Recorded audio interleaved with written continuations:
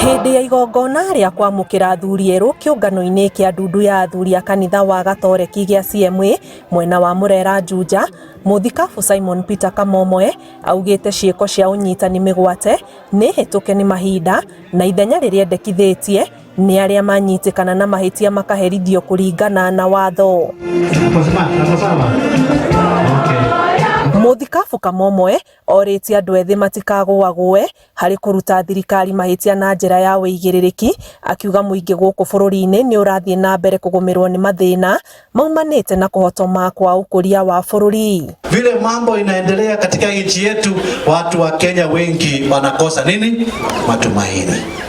Na kwa nini tunakosa matumaini? Unaona watu wanateseka, hata watu wa hizi mipango sasa sijui zilipangwa za nini, za hospitali, watu wanakufa na wanateseka. Ndio maana watu wanakosa nini? Matumaini. Uangalie hali ya uchumi.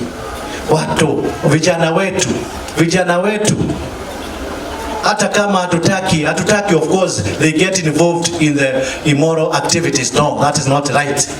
But lazima we have to treat them mpaka wawe na matumaini, because kama hawana kazi, hawana nini, hawana chochote.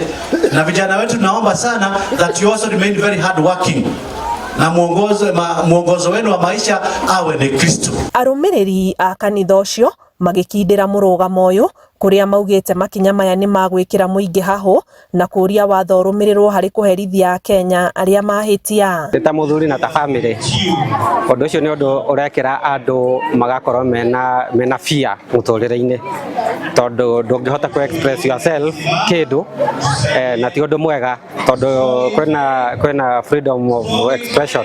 Mundu ni endekaniria kauga uria endekaniria ageka, koguo ni hakwa ndirona undu mwega na ni undu against Kenya Constitution. Tunawalea watoto wetu waajibike katika matendo yao, katika maneno yao, katika mambo yote ambayo wanayofanya. Na pia kwa serikali nataka niseme ya kwamba sio vizuri